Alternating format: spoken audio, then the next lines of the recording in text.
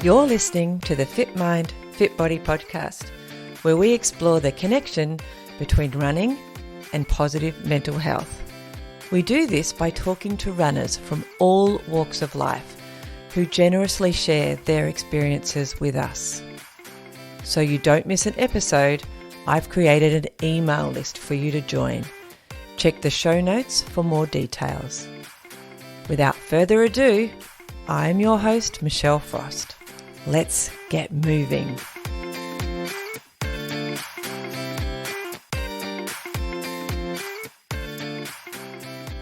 Welcome to this episode of the Fit Mind, Fit Body podcast, where we talk to neuroscientist and trail runner, Jess Collins. Jess shares just how much running has supported her life in all sorts of ways and how much she loves it. Enjoy. Today on Fit Mind, Fit Body, I am excited to talk to Jess Collins. Hey, Jess. Hello. Thanks for coming on the podcast. I love when I get to meet new people. Like this podcast, I have spoken to lots of people I know because, as you know, runners know runners. When I started, I was talking to a lot of people I know.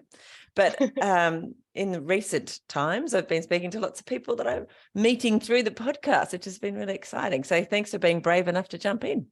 Oh, my pleasure. And all of us runners seem to be connected somehow. We all know someone who's a runner who knows someone who's a runner. And yeah, exactly. It's a little bit like when you go to the mainland of Australia or overseas. And if the mainland, you say, oh, yeah, I'm from Tasmania. And they say, oh, do you know so-and-so? And they live, not in the same town as you, at least even.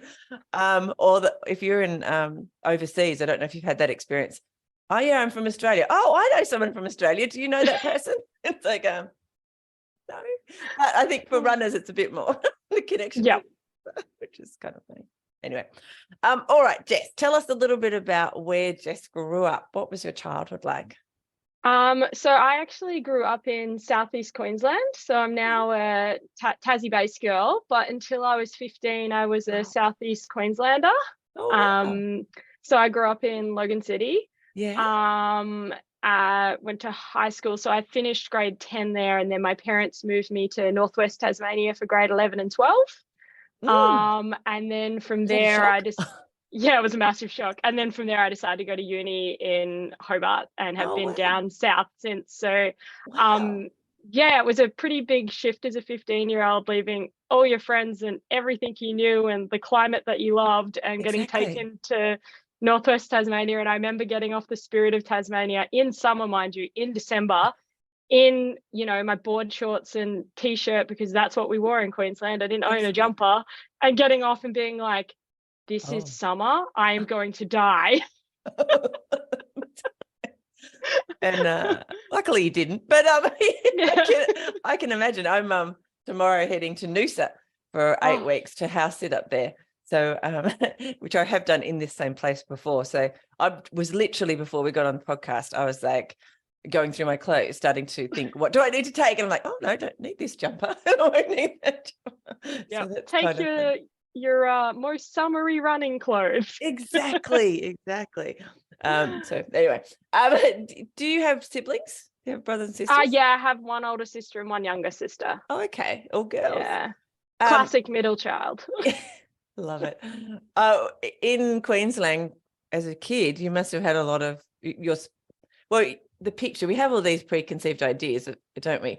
So I imagine you spent a lot of time at the beach and in the water and doing Queensland things. So kind of grew up with on and off during my childhood, grew up with a pool in my yard. So I was always a reasonably good swimmer because I learned from a really young age. But I never went into formal swim training. It was kind of one of those weird things where I went to a swimming carnival when I was 11 years old, and then the sports teacher was, holy crap, you can swim. do you want to do a bit of training? So I never really went deep into swimming, but I have a pretty reasonable natural swimming style. Awesome. Lots of swimming. Family loved the beach, so we used to drive to the Sunshine Coast, around Noosa Way and stuff, and go to the beach and bodyboard and stuff like that. But in terms of formal sport, I actually grew up, the first sport I ever did was actually karate. Wow.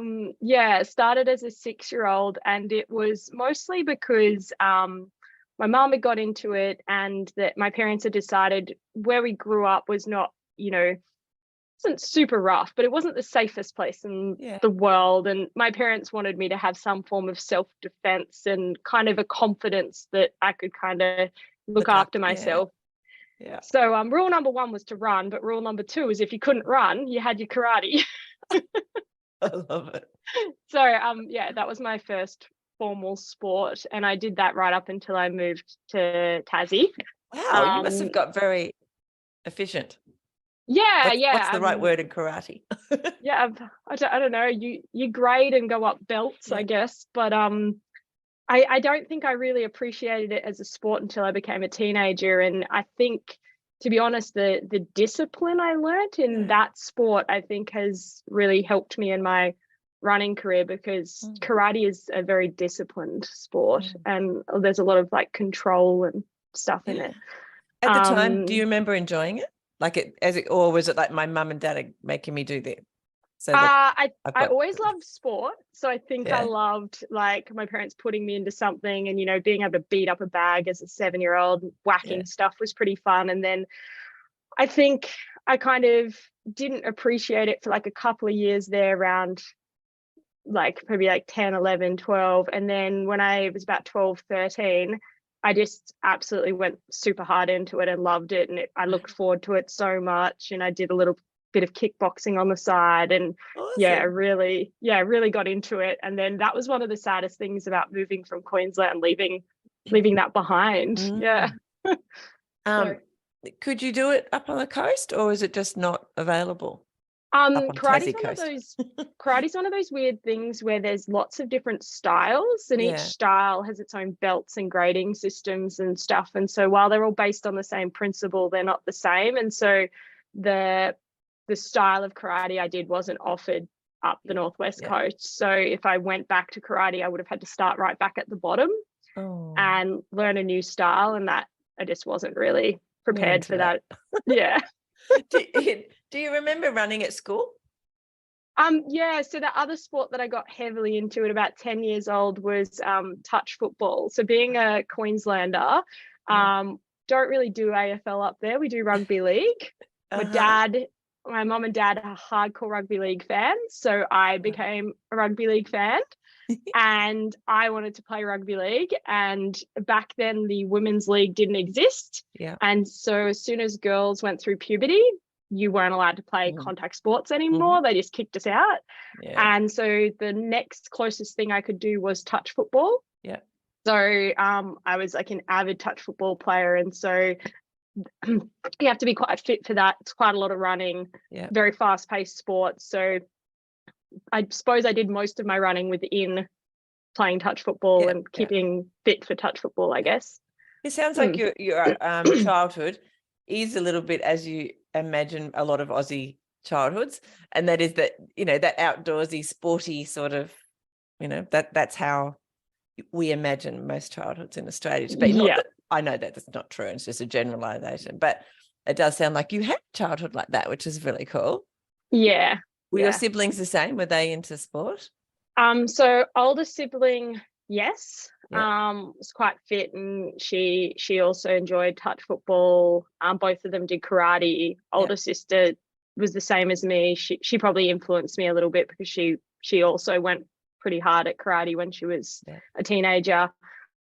Little sister hates it. Like, she went to karate because parents took her along, but then as soon as she was old enough to kind of be like, well, I don't like this, she pretty much stopped. And the idea of running to her, I think, couldn't be worse. Like, she doesn't like, It's funny, isn't it? We talk a little bit on the podcast sometimes to parents, and that influence that you have on the kids in your family, and all you can really do is, influence them, give them opportunity to do stuff. But ultimately, we're all individuals, and we make our own decision up as well. So kind of funny. And my mum is and she still gyms. She doesn't run.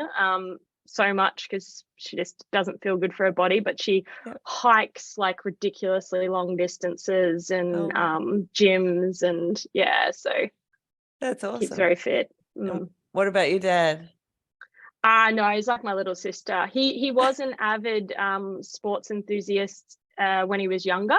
Yeah. And then I think he played a little bit too much rugby and a little bit he got into gridiron American football and pretty injury inducing sport. I think he got a few too many injuries, and then you know, when you kind of run and you kind of can't come back from it, and then kind of come a couch potato after that. So burnt out by the sound of it. So he was up until probably his 30s, and not so much now. Okay, that's interesting. All right, so you get to Tassie. What do you do for sport when you're in Tassie? A lot of the things we've talked about are things you did in Queensland. So kind of started at Helier College in Burnie, grade 11 and 12.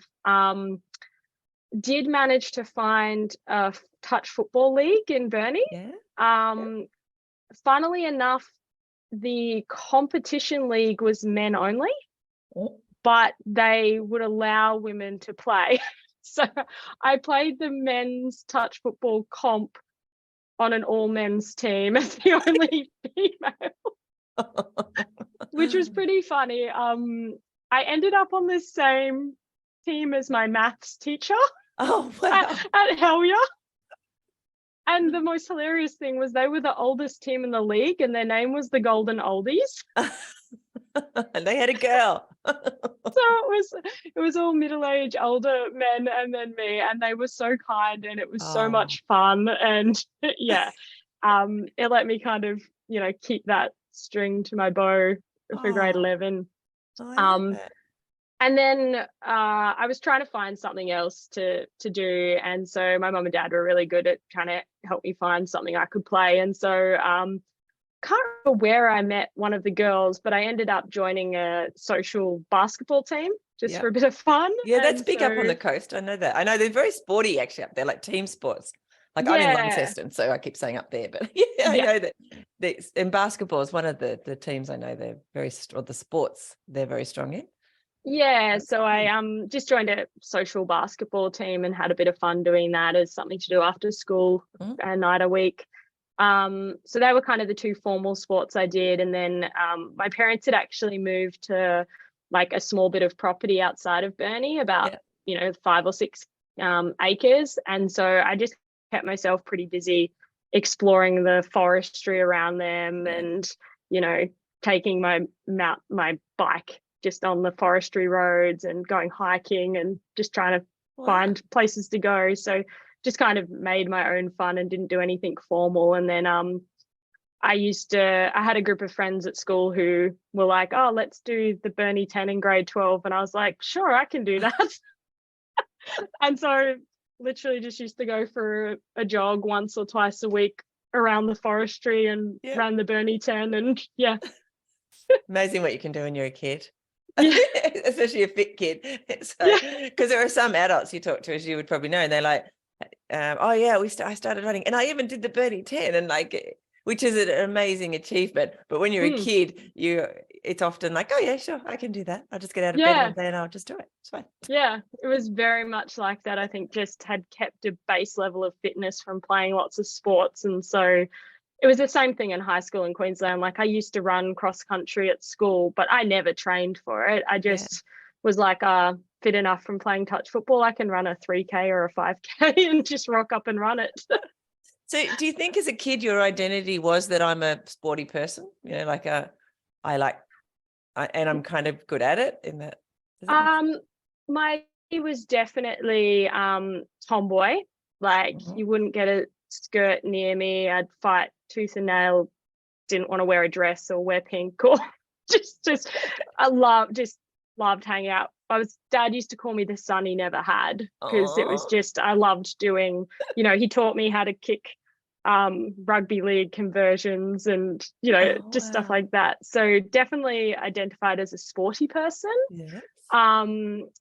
But I was also reasonably kind of academic at school as well. So kind of just, I never really identified as the I wasn't the person that was winning cross country, and I wasn't the person that was winning the swimming carnivals, but I was usually placing in everything. So I was kind of the all-rounder. I was willing to have a go at everything, no matter how bad I was. And I was probably best at touch football, like definitely won like best and fairest awards and stuff in touch football. So awesome. All right, so you head off to uni. You go down to Hobart. What do you study? What did you study? I studied a Bachelor of Medical Research. Oh, cool. And what do you become when you study a Bachelor of Medical Research? The answer or the realistic answer? Because I'm like, well, it's not quite the same as studying like a Bachelor of Arts. No. Like, there's so many things you could do with a Bachelor of Medical Research. So essentially, you kind of have a medical science degree, and then you kind of have to make a choice at that point. You go down, you can use that bachelor as a stepping stone into master's degrees and things. So, it can kind of set you up for things like masters of physio and masters of medicine and things like that. But the purpose of the degree is usually for you to then do an honours year. Yeah. And then that, if you go well enough in your honours year, you can then get a scholarship to do a PhD. You do a PhD and become a doctor, research doctor. And then after that, you become what's called a research fellow. And that's where you're an academic. And so the kind of pathways from that are, you can become an academic at a uni where you essentially you're lecturers. So you do lecturing and research on the side, or you can go down the track of full-time academic researcher, where you fight tooth and nail for your job for the rest of your life. And you become an expert on the far western something. And so I'm currently on track 2. So you fighting tooth and nail, is that what I just heard? Yeah, pretty much. You're just constantly trying to get fun job, essentially.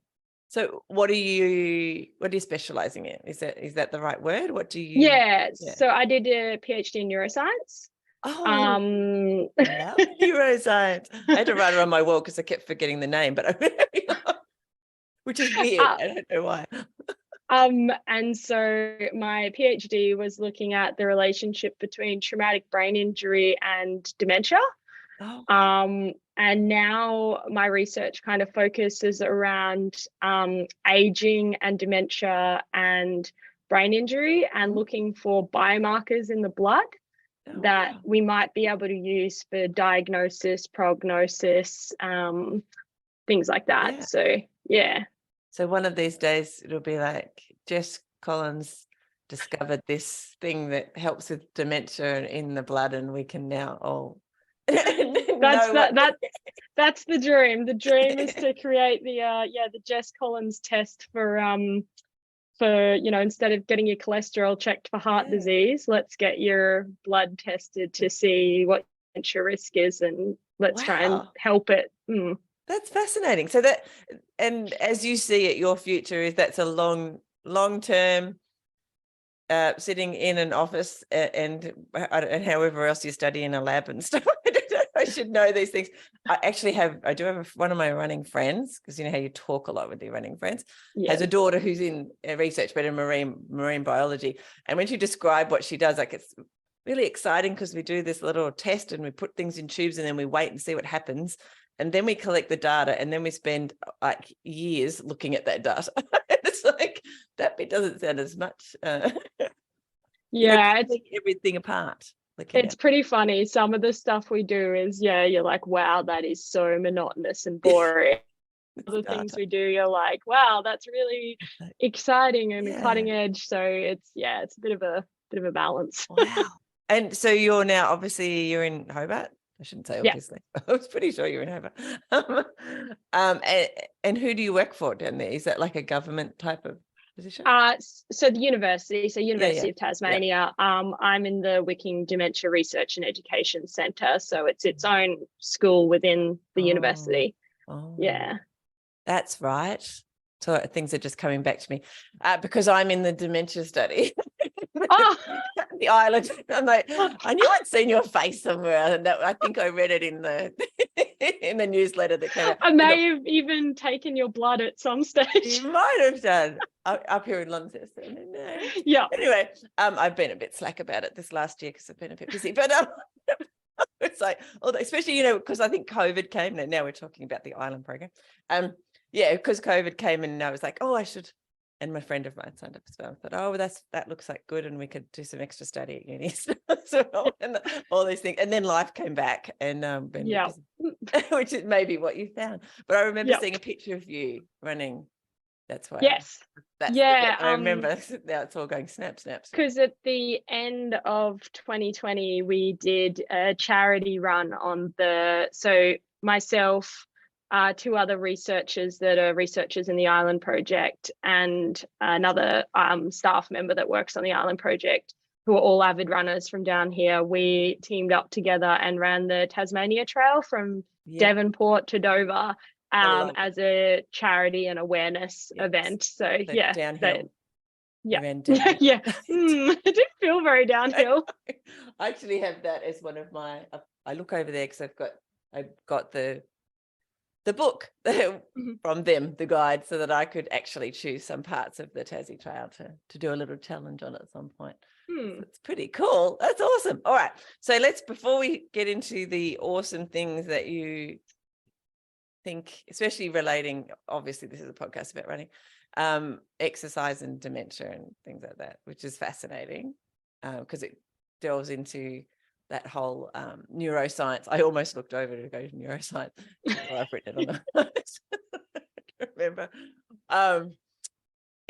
Let's get into how you actually started running. So we've got you, how you started running as a sport as opposed to as something to support your sports. Yeah.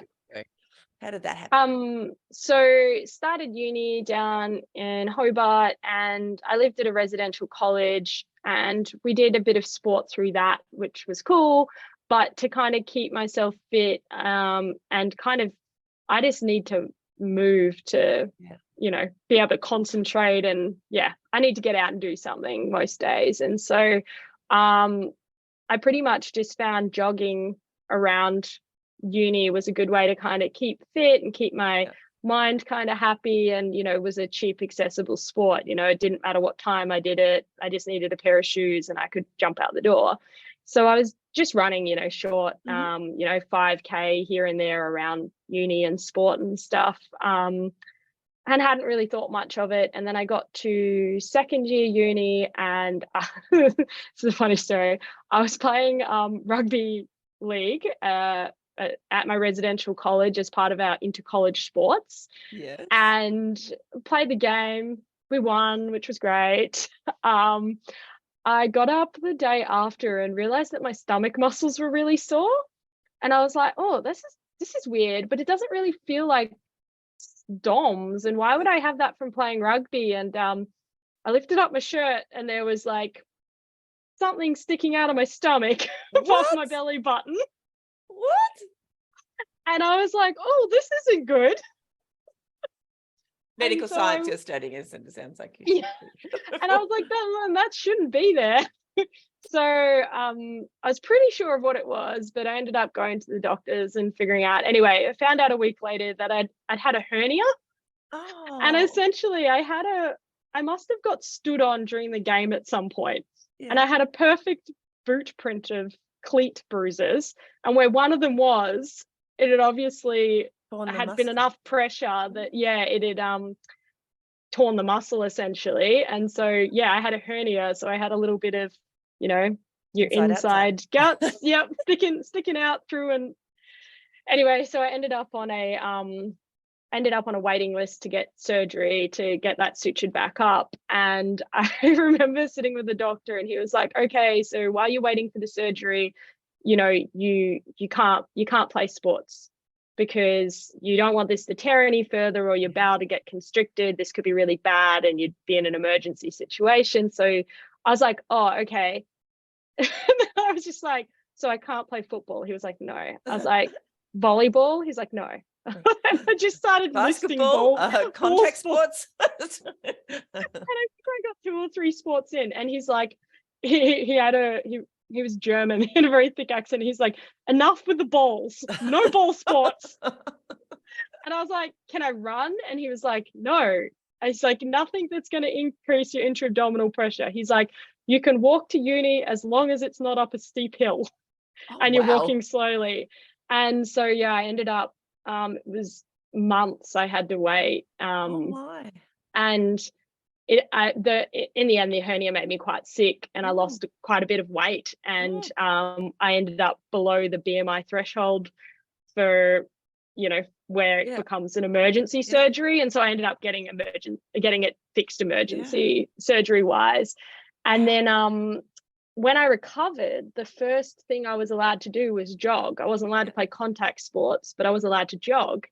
And I was dating who's still my partner now. And he was a rower, and he was keeping fit for rowing. And he was like, oh, you should come jogging with me now, you can run. So I started jogging with him, and he was like, oh, I'm going to run Point to Pinnacle. You've been running so much, you may as well do Point to Pinnacle with me. And I was like, sure, like that's not a big deal. And so here I am, like, yeah, sure, I'll run right up the top of Mount Wellington.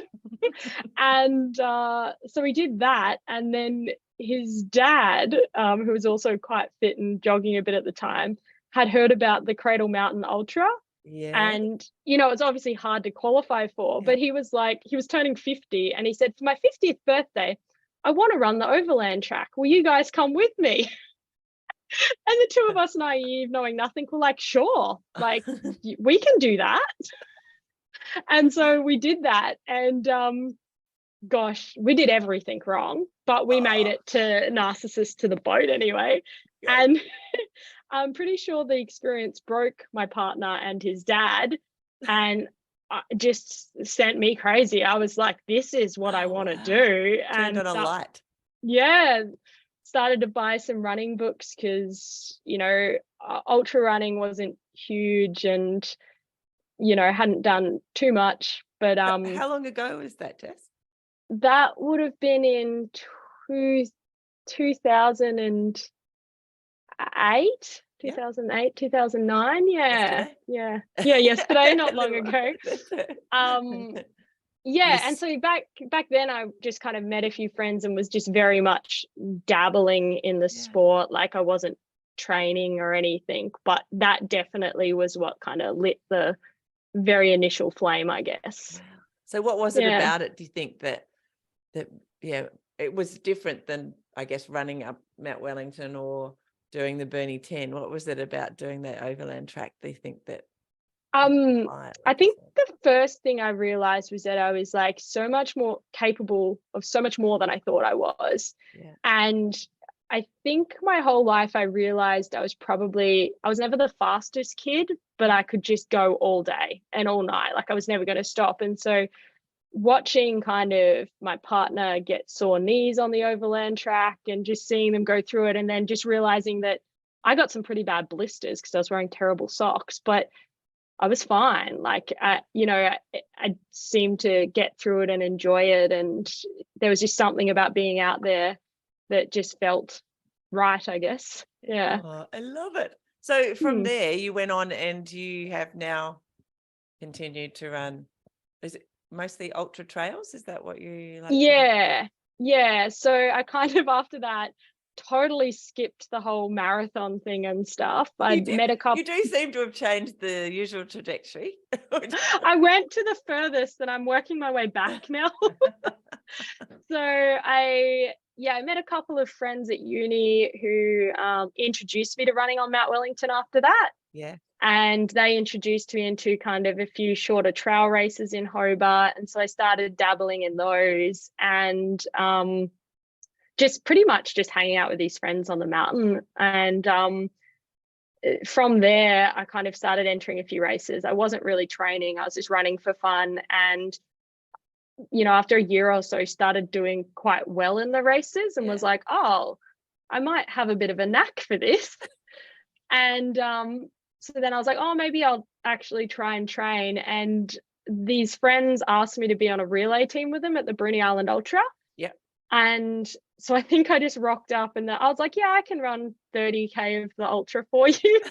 Like, in one go or in in one go. And so I did that. And then I think the second time I did that, I was like, I just said to someone, I'm just going to run the whole Bruny Island Ultra next year. They were like, no, you aren't. And I'm like, yeah, I am. And so, yeah, the next year I was just like, well, let's just see if we can train to run the Bruny Island Ultra. And I did.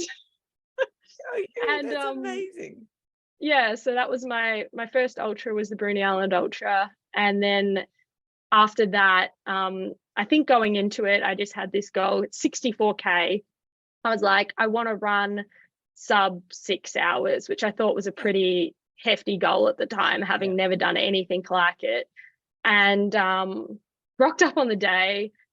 I trained pretty well throughout the year and somehow ran a 5:35. I completely blew myself away. I'd beaten the current course record, but funnily enough, it was the year. So Amy Lamprett, who you would know very well from Launceston, she's my coach. Yeah, she's great. Love Amy so much. So the Amy had the current record at 5:45, and we both rocked up that year. And I ran 5:35, and I can't remember, but she blew her own record away as well. And so she was first, and I was second, and that was the first time I met. Oh, holy crap! Like, I did that, and it wasn't too bad. And that was the point where I was like, that qualified me for the Cradle Mountain Ultra to actually run the Cradle Mountain Ultra, and then that was kind of how I got into the ultra trail and started training properly and actually trying to compete after that. Yeah. So, and going forward, that is what you do now. That's your sport. That's your, that's how you, deal with the rest of your life, going for long runs in the bush. Yeah, pretty much.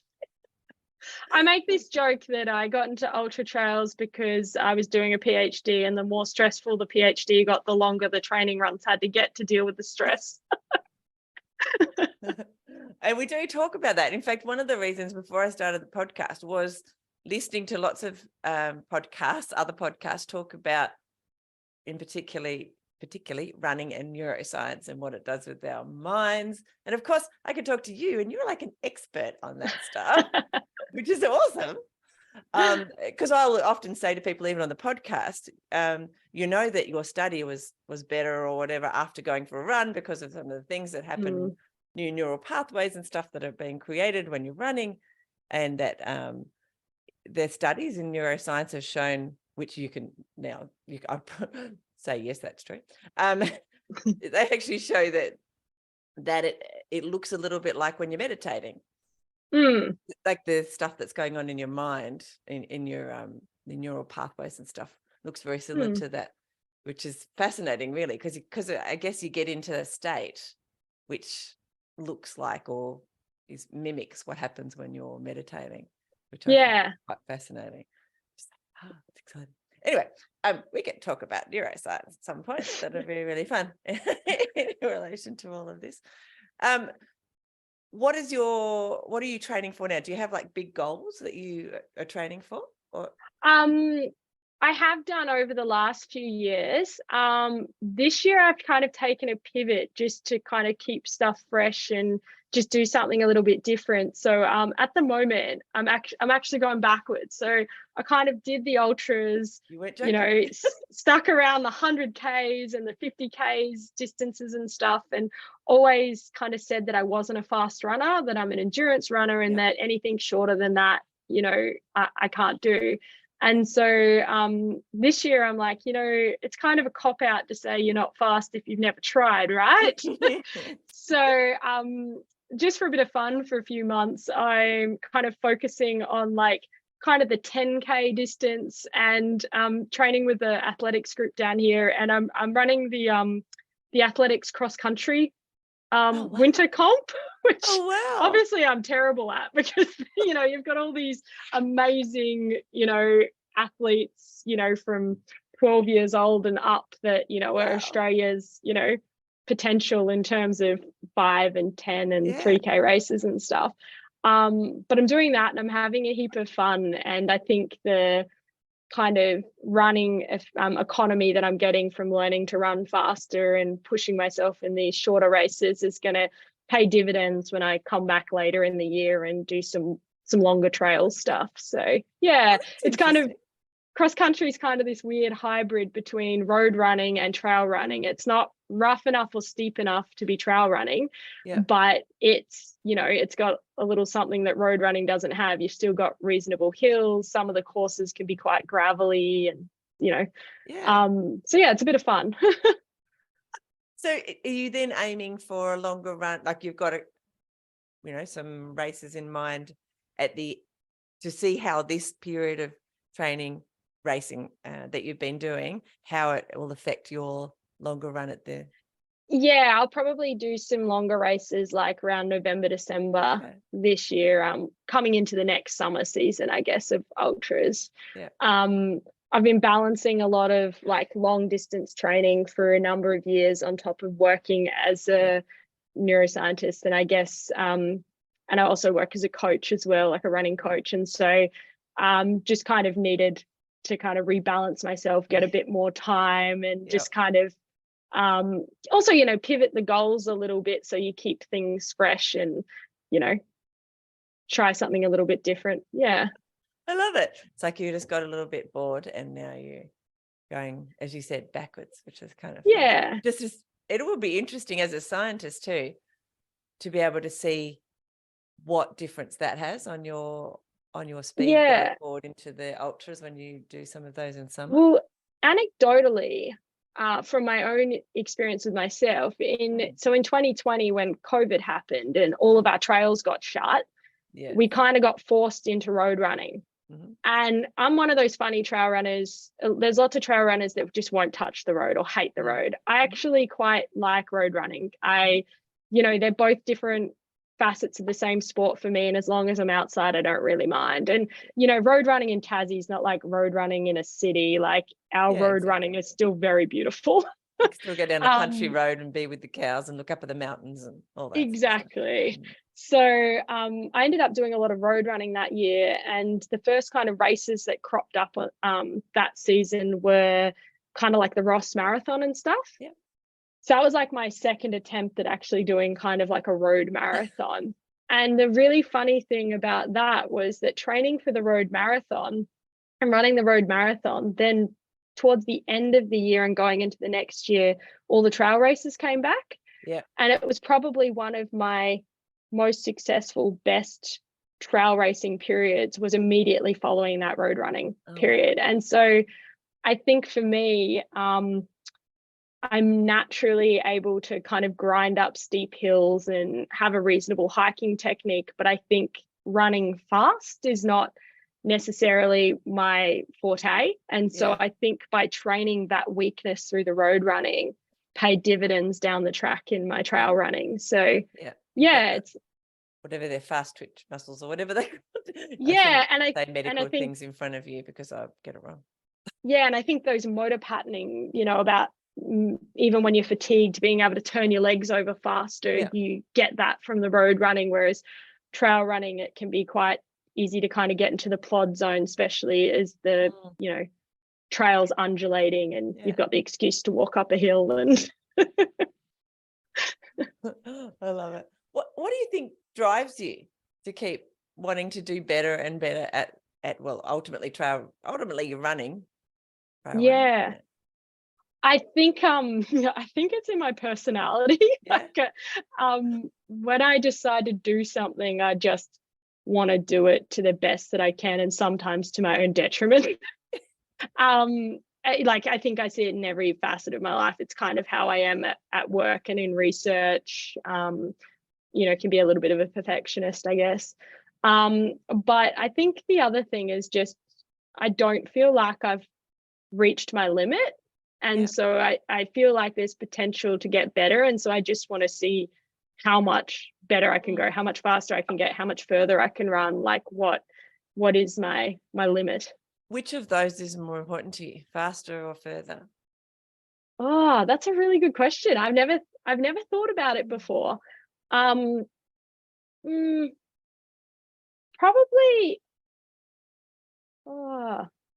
It's probably a balance between the two. Like, I don't think I just want to run and see how many days I can go before I just Lapse of the sun. So one distance I haven't done yet is the 100-mile, and I was supposed to do it last year in December, and I was really looking forward to it. And one of the reasons I hadn't done it is one, I was trying to respect my body and build up to it slowly and just get to a point where I was mastering the 100K distance before I tried to tackle something longer.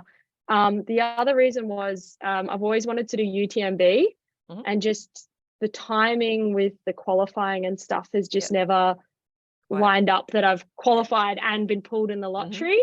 And so still trying to do that.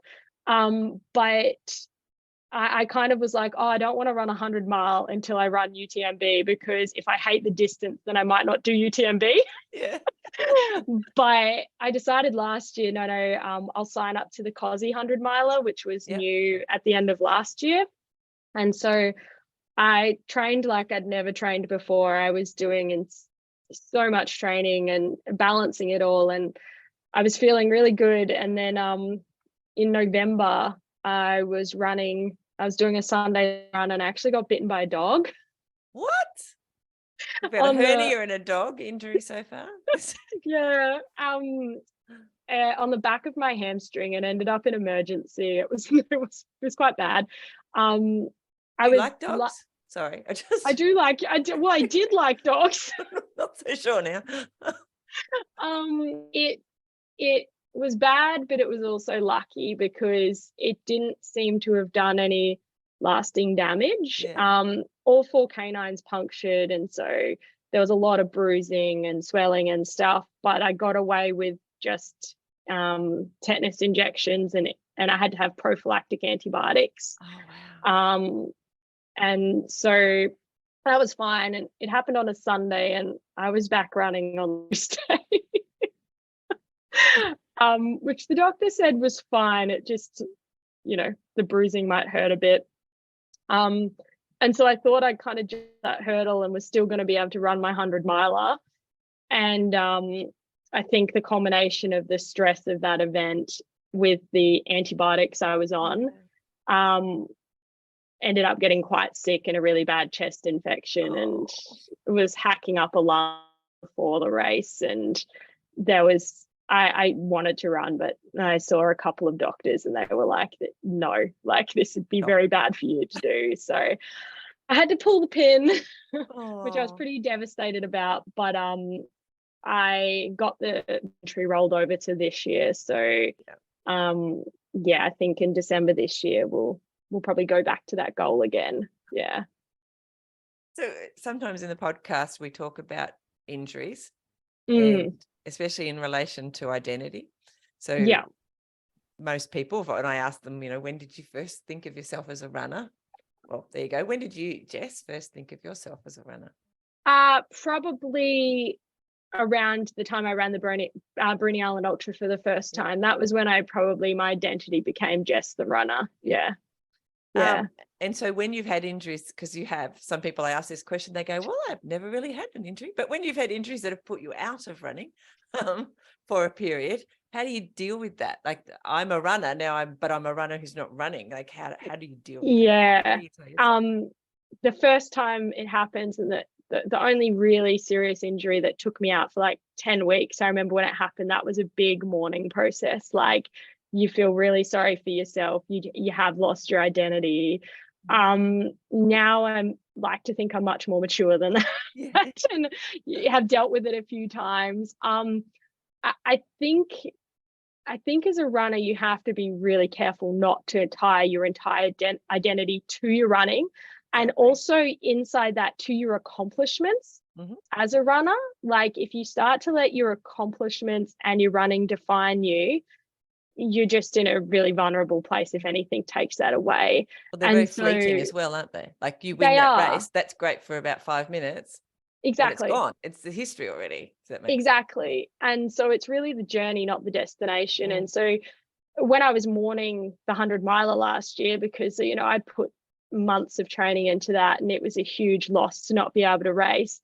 But then I looked back, and I actually had another friend who was injured and couldn't run the 100-mile race as well. And I just kind of said to him, I was like, you know what? It was never about the race. It was about the journey the two of us took together and with all of our friends and family. Like, despite not lining up for that race, we still had the most crazy training block. And the two of us were out there in ridiculous rain running 3 capes and going out to dinner and eating 6 pizzas afterwards because we were so hungry. And all of those memories not racing will never take away. They're still there. And that's the thing to remember when you're injured. The running, everything you've done to that point still exists. You got to do it again afterwards. And I am Jess the runner. I'm also Jess the neuroscientist. I'm Jess the running coach, and I'm Jess who likes to dabble with strength training badly, and Jess the friend and the partner and the auntie and the sister and the daughter. So it's not, you're not one person, and running is something that you do and that you enjoy. So just trying not to tie yourself up too much in it. Yeah, I love that. It is something that, whenever we can't run or something, suddenly everybody seems to be running, because you're driving down the road and I see someone running and I'm like, oh man, I wish I could be doing that. It's so weird. It is the weirdest thing.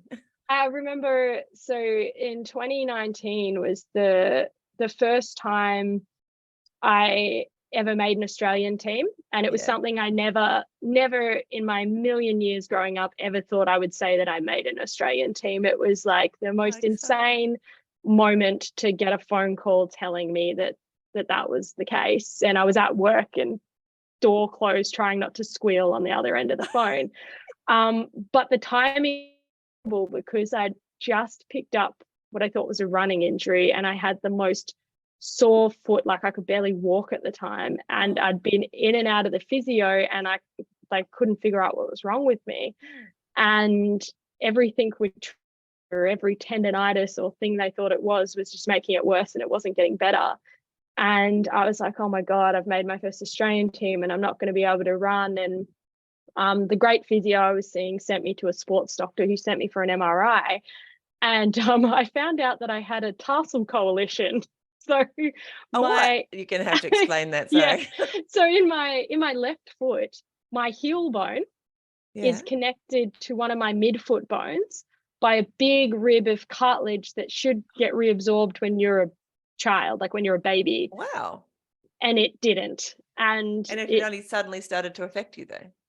Well, I'd had a sore foot on and off training multiple times and had just managed it and just thought, it was, some type of tendonitis or something. But this was the first time it had got that bad, and really odd. And the sports doctor said to me, how on earth did you get to 29 and not know you've had this and be a trail runner? Because what it inevitably does is it stops your foot locking together when you take a running stride, when you go up on your toes. And so it makes your midfoot inherently unstable. So it means you've got a really unstable ankle and you shouldn't be able to run on technical trails very well. Wow. Imagine if you'd heard that years ago, like before, it might have stopped you even attempting it. Exactly. And so this is a real lesson for people. So don't let anyone tell you that you can't do something or that your body's not made for it, because it's complete nonsense. Somehow I'd muscularly wise and training wise had figured out how to manage this foot. And obviously I was quite fine. I'm reasonably good on technical trails. So I found my way around it. And so essentially what had happened is this coalition had got stretched, or it had got irritated through all the trail running, and I had a lot of swelling between my bones, and my bones themselves were swollen, and I pretty much had like really bad arthritis without it being normal arthritis. And the good news was that I could run on it and I wasn't going to make it worse. The bad news is it was going to hurt like hell. So I did get given a short dose of anti-inflammatories to kind of get on top of it and to be able to run with it. And I trained the best I could for the the world champs, and I did get to race, and the experience was amazing. I would do it over and over again. Where was it? Make the same choice. It was in Portugal. And definitely wasn't, I definitely know I could run better if I didn't have the injury, but I managed to do it still. And I remember when I was getting diagnosed, the number of people that told me when found out what it was, that said to me, clearly you're not made for running. This is the end of your running career. What? You better choose another sport now. Like literally, this is what I was getting told by even friends, you know, that. And I was just like, no, I'm like, I've managed this for 29 years. I will get the pain to go away and I will come back from this. And I did. So again, don't let people tell you that, you know, that's a career-ending injury or you can't do something because, you know. Have you still got, so obviously you didn't, there's nothing you can do to mechanically make it, like there's no surgery or anything that would. You can get surgery on them. You can get them resected. But generally the outcomes are no better than leaving the coalition in place. And that's because usually your body has adapted to it. And you essentially need to relearn to walk and stabilize your foot if you get that done. So the best choice for me was after World Champs, I got a corticosteroid injection into the joint space, which just kind of helped settle down the inflammation. Wore a moon boot for a few days, and then slowly kind of rehabbed and came back to running over a couple of weeks. And then since then, it's just been working with a physio to know the right strength training, the right proprioceptive kind of training to do, and then just managing my load and now noticing if, you know, I ever get a little bit of pain there that I need to pull back for a few days, let it settle down and then go back to things. And so just since 2019, that's what I've been doing. I've just been managing it. And you know, it's back to, I know it's there, but it's fine. It's part of you. Exactly. Part of what you do, like you understand it. I guess, you know, when you have those kind of, well, not so much that injury, but something that happens where one side of your body is in pain and then it makes you limp and changes your form, really is my point. That would be the thing that I'd be most worried about. And I assume that's what you were worried about too. It would change your gait and stuff and then cause other knock-on things, which is tends to happen, doesn't it? Also taught me how amazing you are at pushing through and suppressing pain, because if you'd asked me how bad it was leading up to World Champs, I would have told you it wasn't that bad. Like it ached a bit, but it was fine, you know. It was totally fine to go for 4-hour runs on. The morning after I'd done the race, and obviously the race had irritated a bit, but it's like I woke up that morning and I could just let go and just feel everything. And I remember getting up out of bed and standing on my foot and was like, oh my God, this is like a 9 out of 10 pain. Like this is so bad. And I think, I mean, it probably wasn't quite that bad before I raced, but I reckon it was close. And I just managed to compartmentalize and, you know, the doctor told me I wasn't hurting myself and that it was okay. So let's just not recognize that. For a neuroscientist to experience, I think. So it was a crazy thing. And I was like, wow, like that's the power of your mind to. It is. I run with a retired doctor and he's often talking about how that kind of thing that we, you know, we might be suffering some sort of injury or pain, but there are ways that we can essentially what you're saying, stop feeling it at least there and it's with chronic pain, there's like a lot we know about learning pain and unlearning pain. And so when people get into chronic pain, they'll have a pain and the pain was there, but then what's causing the pain might go, but the pain still persists. And part of that they think is your brain's actually learnt the pain and you have to almost unlearn it. And anyone that's had like little nerve issues and nerve pain and stuff, that often happens, or people that have had knee reconstructions and then, you know, the knee pain doesn't seem to get better sometimes. So it's really interesting what your brain can do when it comes to pain. It's fascinating that the expertise that you have, the science degree and things that you're in it. Do you find that helps with your running, in that you know so much about how the body works and what's going on in your body? Is it helpful, or is it a rabbit hole that you Both. both Both. I know too much and never know enough.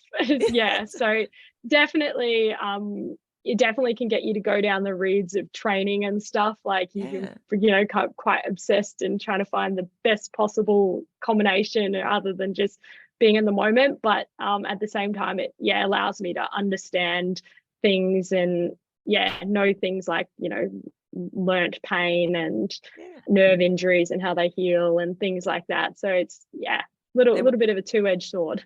Because we're learning stuff all the time too.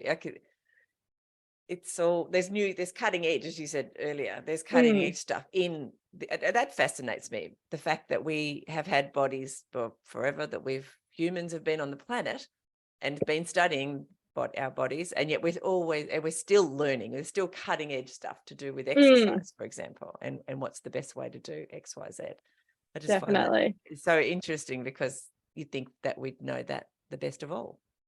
And just the crazy stuff your body does. Like when my foot got sore, a whole heap of the muscles and things in my leg and around my ankle were either really tight or had been completely inactivated. And that was because my body was trying to protect the joint that was causing so much pain. And so, if you can't stabilize the joint through the bones and the tendons and stuff, it's going to stabilize by, tightening up a muscle that's pulling on a tendon that's locking that bone into place and things like that. So a lot of the physio I did around when it was getting better was kind of unlocking and retraining those muscles to do what they were supposed to do, rather than be tightened up in protection mode, and relearning kind of the proprioception. So like, knowing where your foot is in space and how it's moving. And it took me quite a few months after it to get the confidence back to run on technical trail, because my foot had been so unstable while it was sore for so long that I kind of lost the confidence to go really fast on that really rocky stuff. And so, part of that was the proprioception and, relearning how to control my foot. And then part of that was also my mind, just having the confidence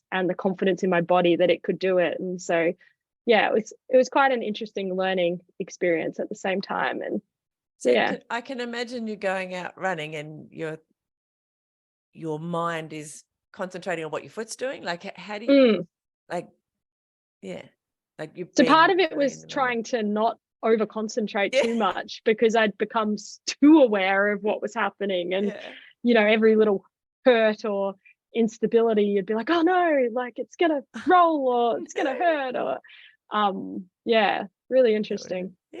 Anyway, we could dig into that stuff quite a lot.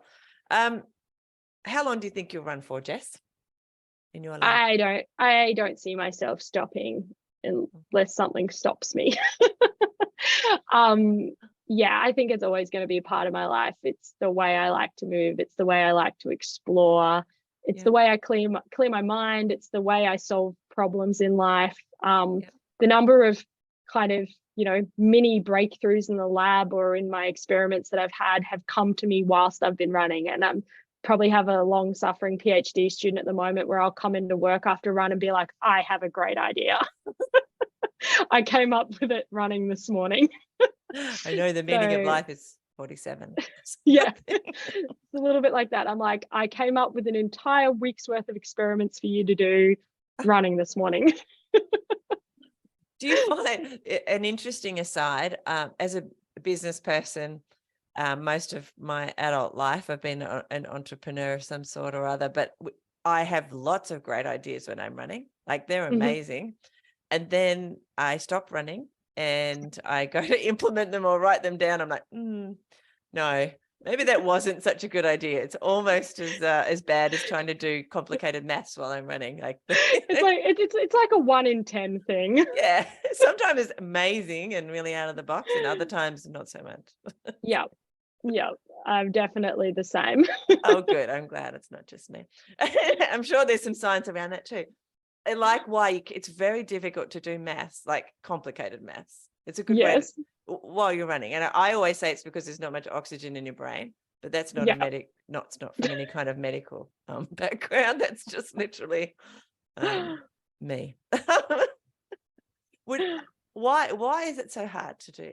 There you go. Why is it so hard to do complicated maths, like trying to work out how fast you're running because there's 60 seconds in a and it's decimal distance. Why is that so hard when you're running? Well, I can't say that I've looked into it in any form of depth, but I would think it would have to do with oxygen and energy utilization and what parts of your brain are useful, because obviously when you're running, all the signals for running are going through the motor cortex of your brain. Like, your brain is telling you to run, and so you're going to put the resources to where they need to be being used. And so I'm sure you'll find if you're running at a very comfortable pace, you can work out your splits very easily, and then the faster and faster you get, the harder and harder it is. And part of that is you're essentially trying to multitask, and so you're trying to do something cognitive while you're also trying to do something physical, and at the end of the day, both of them are being run by your brain, just different parts of your brain. So I think that's a pretty reasonable assumption. The computer. There's actually a little bit of research around cognitive fatigue and how that affects your running. And so, if you've been sitting in a job that's quite cognitively fatiguing, or doing an exam, and then you go out to run, you might find hitting your paces in an interval session is harder. And that's because all of, cognitive fatigue is still a form of fatigue. And so that there's actually a whole of sports science around training people specifically that. So they've got like computer games that people play that are cognitively taxing, that they get athletes to do before they go out and do their long run. And it's they're training time. It's to try and train that, like, being able to still perform under fatigue, whether that fatigue be induced by something cognitive, something physical. So there's like quite a lot of sports science literature on that. Because mostly what I think about and what we talk about on the podcast is the opposite. It's like, yes, I've got to study, I've got to test, so I'm going to go for a run first, because that will make me, awake and, get all the neurons firing. So, and you have the positive effect of that. So it's interesting that it's kind of the opposite. Yeah. And it depends how, like, if you go out for a run and it's quite an easy run, and that run leaves you feeling energized and invigorated, then that's definitely going to help you, throughout the day cognitively get things done. But if you go out for, a really long training run on a Sunday that takes you 4 hours all over the mountain, or you go out and do, really hard 1K repeats, and that really fatigues you and you come feeling fatigued, I'm sure when you sit down to try and do some work, you find it harder. So it's all about whether or not that physical activity left you kind of invigorated, or whether or not it was really, really taxing. So after a long run on Sunday, like, I don't book in to do anything important on a Sunday afternoon because I'm probably not going to do a very good job of it. So it all depends on how fatigue inducing the session that you did was. Yeah, totally agree with that. I like to have a nap.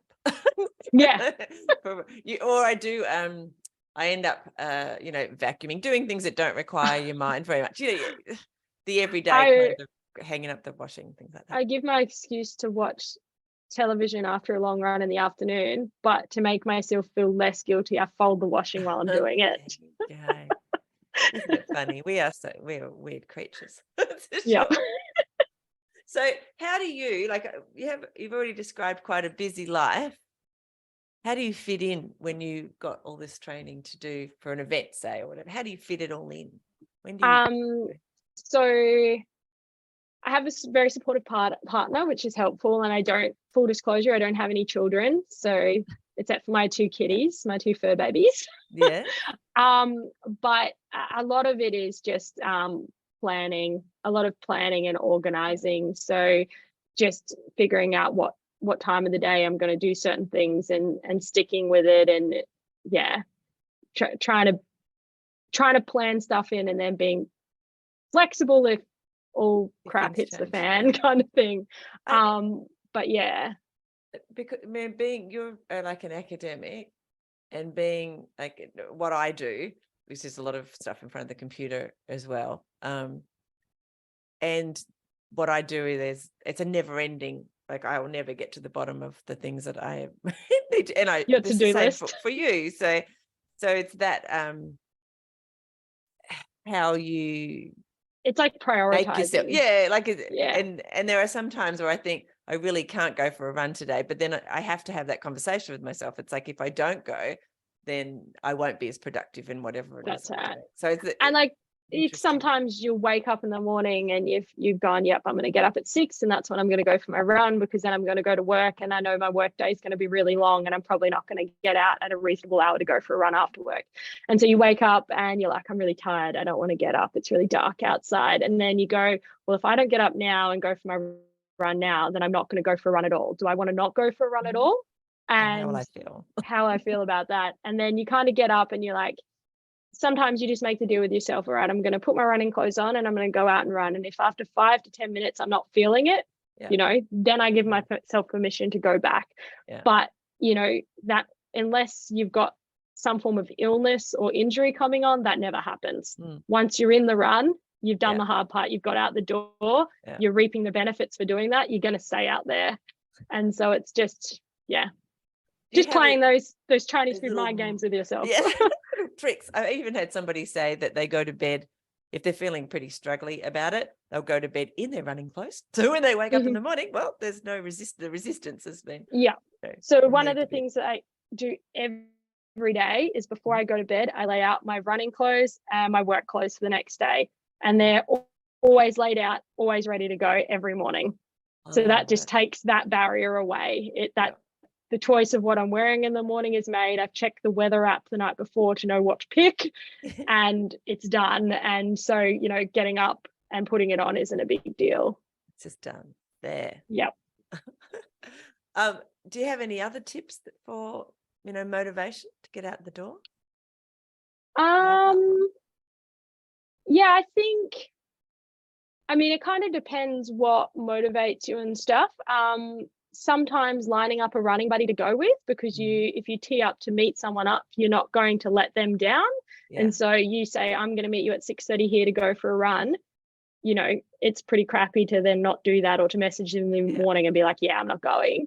So that can be a really powerful motivator for people. And then, you're getting to catch up with a friend for uninterrupted hour of chat time. And that can be a really nice way to also catch up with those friends. So that's definitely something I do if it's, it's a long session coming up, or something that, you're going to particularly struggle to get out the door to do. For hard sessions, I go to a running group. And so, you've got that motivation of someone chasing you, someone to chase, and everyone out there, quote unquote, suffering together kind of thing. And then in your cool down lap, you can all talk about how wretched that session the coach gave you was. And blame him for all the pain. So that can be a good thing. If I do have to do lots of solo running and I'm, struggling with a bit of motivation that day, I'll sometimes listen to podcasts like this one, or audiobooks, and that can, that can get you out the door, or music even. And then just to remind yourself that no runner, no matter how elite they are, and no matter how many times they just will tell you, I love running, there's not a runner I've met that doesn't get up some days and goes, you know what, I really just don't feel like going today. I really don't feel like getting out the door. And so just recognizing that that's completely normal, and it doesn't mean you're a bad runner or a bad athlete if you feel like that, and that you can feel like that and still go for a run and still love it, during the run later. So just knowing it's motivation comes and goes, and it's completely normal. And it's often, once we, as you said, I'm always fascinated by the fact that no matter how much I don't want to go for a run on a particular day for a particular reasons, that I can make up. Once I've actually gone, I've never gone. I could probably count on one hand after, I'm in my 50s. I've been running since I was in my mid-20s. And I probably couldn't say that that any of those, when I finished it, You've I went, regretted oh them. gosh, I really wish I hadn't done that. But, Yeah. I haven't ever said that. So I might have thought, oh, I can't wait to get in a warm shower because I got really wet and it was raining and windy. But in some ways, we're talking about that on another podcast recently, and just how alive you can feel when when the weather is, say, turns to whatever out there while you're running, as much as it can even be a bit uncomfortable. Once you've finished, you feel kind of alive, like you're out there while the world was also doing its thing. Yeah, I think it's really fun. Yeah. Whatever. I love Seeing that. Mother Nature just put you back in your place. When it's wild. I love it. Anyway. If you hadn't started running the way you run now, as a sport individually by itself, what do you think your life would be missing? So what do you think running's giving you that you wouldn't have had you not taken it on? It's given me so much stuff. I mean, one, the friendships and the connections you make through running are just amazing. I have running friends now all over Australia that I've met through this sport, and that's amazing. And that I can go to pretty much any state in Australia and have a friend to stay with and go running with and take me on their local trails. So definitely just the friendship and the community that you develop around running is a huge one for me. Beautiful. I think it's also taken me to places I never would have gone, like the area of Italy I went last year for the Sky Running World Champs. I probably never would have discovered or thought of going there because it was off the beaten track. It wasn't a tourist, a normal tourist place to go. And the same with Portugal. And yet definitely wouldn't have ever made an Australian team if I hadn't gone into running. It's also taught me a lot about myself. I think it's taught me a lot about what I'm physically capable of, what I'm mentally capable of. And obviously all of the mental health benefits that have come with, continue to come with running, I think, have just been, Where do you think running has helped you most in your life? Like, can you think of a period where, running has actually been really helpful for you, just for your life? It definitely helped me get through stressful exam periods and stuff at uni, and still does help me get through stuff like that. It really helps me when I need to just think, clear my head a little bit. I, even looking back, even though I wasn't like formally doing anything, whenever I would get angry or upset as a child in any way, I used to go out and do something physical, whether or not it'd be shoot hoops in my backyard, swim laps in the pool. It was kind of what I did. So I think it's, I think it's always been a meditative thinking time for me. So I think it's always added, helped me in life that way. But yeah, mostly it just brings me lots of happiness, just being out in the trails, hanging out with friends, seeing animals. climbing on top of mountains. My partner laughs at me because whenever we drive anywhere, I'll just see a mountain and be like, oh, that'd be good to run up. That trail looks fun to run on. He's like, every path you see isn't just something to run on. I'm like, oh, but it is. Oh, but you're wrong. But you're wrong. It most certainly is. So definitely just helps me explore and clear my mind. Can you think about one particular time, reflect on it, where everything just flowed, and you've probably had like hundreds of them. Can you think of just like one where it was like everything just? You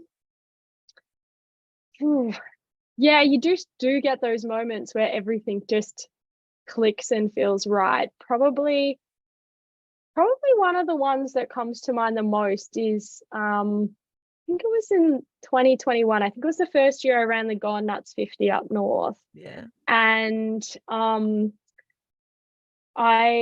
it was really funny because that was coming off the back of that road running season, and I knew I was probably the fittest I'd ever been, and I was running really well and I felt great, and I'd been having a really good training block with my buddies. And I kind of felt at that point a lot of external pressure to run well. And I felt like there was a lot of people expecting me to win and to do certain things and to break records or whatever. And I hated it. I hated it. Stuff. I hated the expectations. It's something I've struggled with over the last couple of years quite a lot, to be honest. I've really struggled with whether or not it's true external pressure or it was my interpretation of feeling, internalization of that external pressure. But I really struggled with it. And I remember driving the race and I was, not in a very good mood and a bit anxious. And my partner was like, why are you even doing this? Like, why are you even racing? You seem to be hating it. Like, what are you doing? And I was like, well, I don't know. Like, I don't want to run. I feel all this pressure. Like, I just want to go run with my friends on the trails. I don't want to worry about, like, obviously I want to run well, but that's not what this is about. And then he just said, well, you need to make a decision. You're either going up to have fun or we're going home. Like, we're turning the car around, we're driving back to Hobart. And I was like, I just made the decision in my head at that point. I was like, you know what, you're just going to go out, you're going to have fun. And it was going to be, because all my family lives in the Northwest, it was going to be the first time my mom and my dad and my nieces and nephews and that were going to be at the finish line. And I was going to see my family. I'd never had that happen before. I've had like my mom at one of my races and my partner comes to all my races, but they hadn't actually seen me in my element. They just heard about it. And so I just made the decision, like, it was all about seeing them at the finish and having a good time. And I went out and I just had the best race of my life. Still, I don't think any race will compare to that race. Wow. I just, like you said, everything clicked. I remember climbing the first hill and the sun was right. I was told I didn't need a head torch. Everyone doing God Nuts, it's a lie. You need a head torch. I was not off the road when it was still dark. So anyway, I'm like going up this single trail in the dark and I'm like, man, I can't see anything. Anyway, I got to the top of the hill and luckily before I had to go down it, the sun had risen, and just seeing the sunrise over that coastline down there was just amazing. And we had the most perfect weather day that day. And at that point, a really good running buddy of mine had caught up to me that I'd been training with, and he was doing the same race. And we ran together from the top of that hill through the first 16 kilometers, chatting, and he was taking pictures of the two of us. And then at about 16K, he kind of ran off on me a little bit and said, I'll see you at the finish, Jess. And yeah, I just had so much fun talking to, all the volunteers and catching up to friends in the 25K. And just everything clicked, felt super strong. Ran way better than I expected and inevitably ended up winning the race, but that wasn't the important part. And my dad and my mom and my nieces and nephews and sisters and stuff were at the finish line, and Lincoln was doing the commentating that year and came up and gave me a big hug because I've been training with him and chat to him. And like you said, everything just clicked that day, but it was because it was just about being out there and having the best day. And Isn't so I think that it came on a contrast too, like that contrast, those two feelings on the same so day. I think that's just a reminder to everyone who's, starting to get their head wrapped up in results and external validation of their running and, their worth as a runner, which is just a stupid thing to say. That, go back to why you're doing it, because that's how you're going to, one, enjoy yourself, and two, run at your best. And so, so why I do always you do it? think back on that.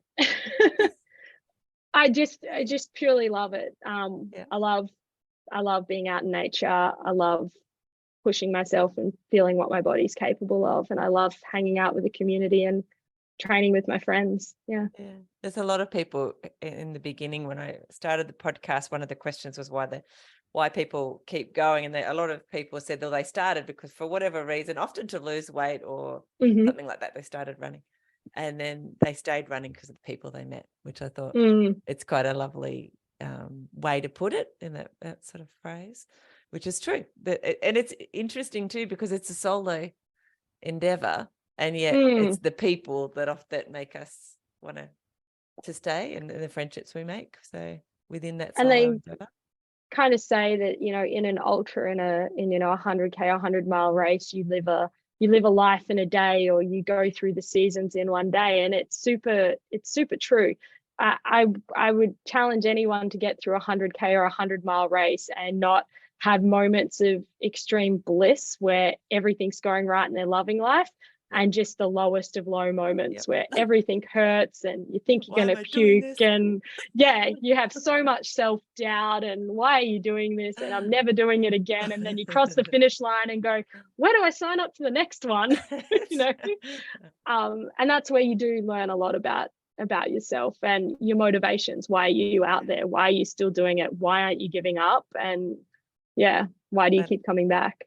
I spoke to Pat Farmer, and he basically said it was because he loves like I said, why do you do it? And he said, well, he loves the way it breaks you down, which is what you just described, and then builds you back up by the time you cross the line. It's that sort of journey that you go on, even in a race. So not just the journey to get there, but the race journey itself has that, especially these longer distances that we're talking about.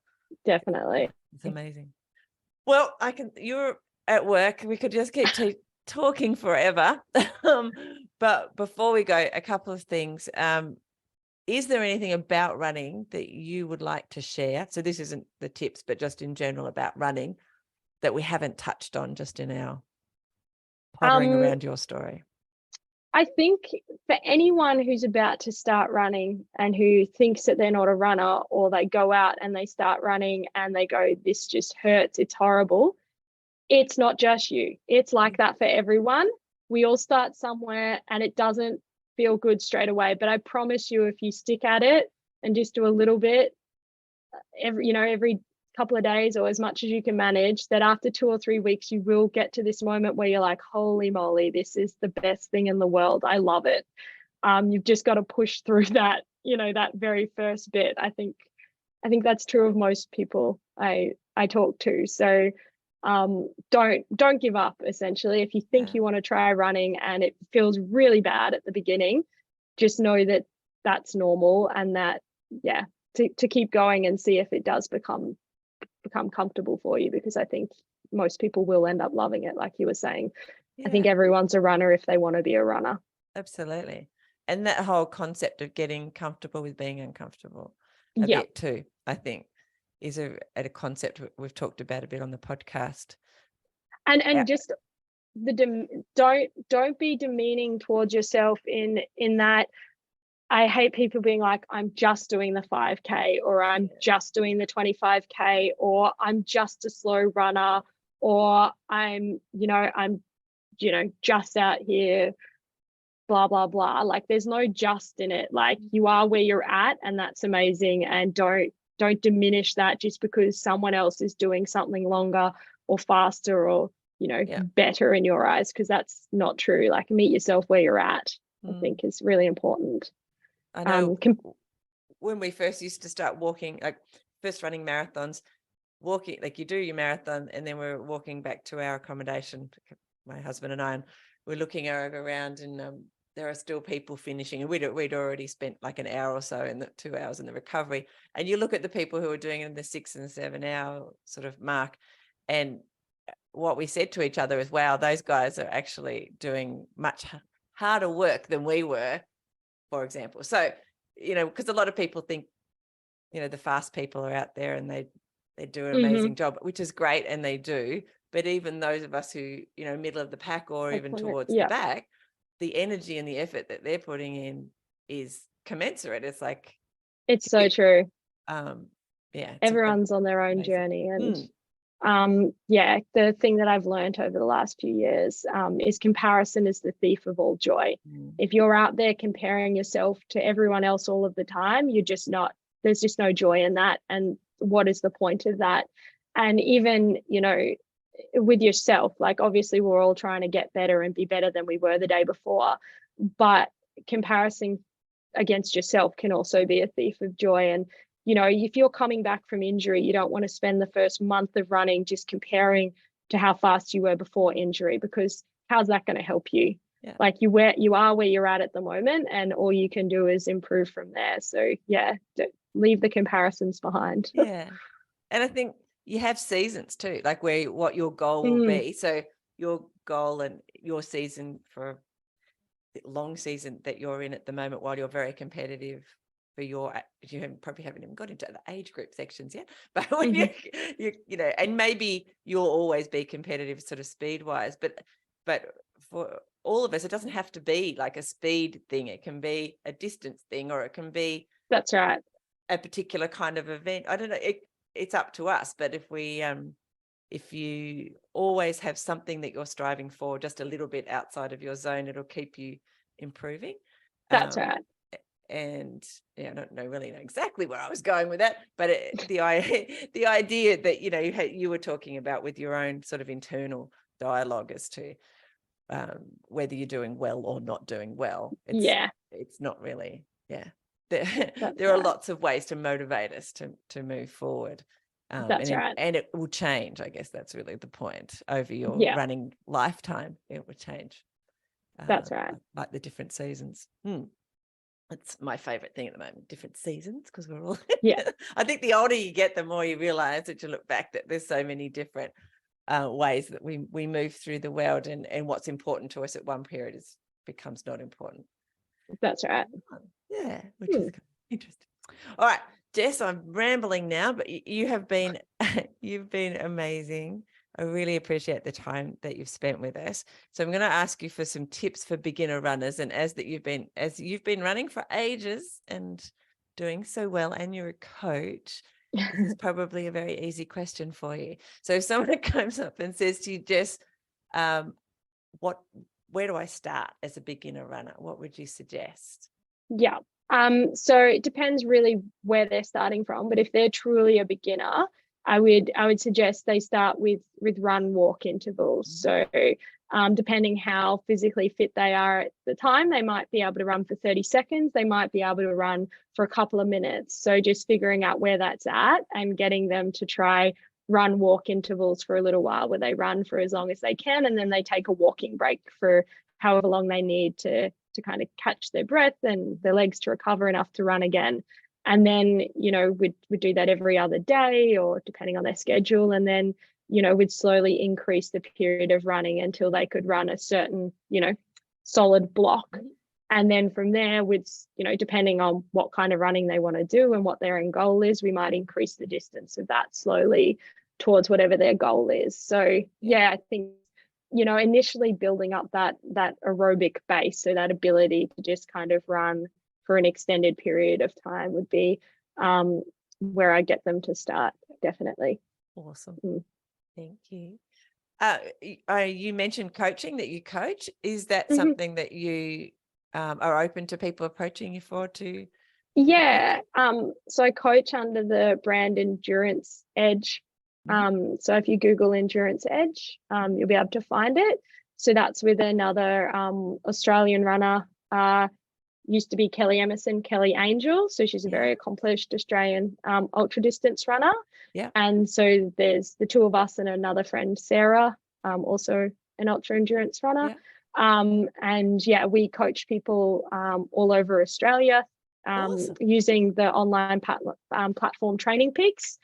So I have athletes based in Tasmania, but I also have athletes that are based on the mainland as well. Awesome. And so we kind of communicate, through all of our online means, and I coach them through Training Peaks. And so if people are interested, if they look up Endurance Edge, they'll be able to find out more about it there. Put a link in the show notes so that people can easily access it, because I'm sure they were very inspiring. And some of the stuff that you've shared with us has been awesome. It's been I've loved it. Excellent. Very motivational. So good. Not to mention, there's a whole lot of neuroscience in there that I need to dig into. I'd probably get you on at some point. We could just talk about the neuroscience around running. That would be definitely awesome. I would love it. All right. Don't jump off straight away, but thank you so much for being on. I really have appreciated the time and all the stuff that you've shared with us. It's been awesome. Thank you for inviting me. Thank you for listening to the Fit Mind, Fit Body podcast. I'd love to talk to you about your running journey. Send me a message on Facebook or on the website and let's do it.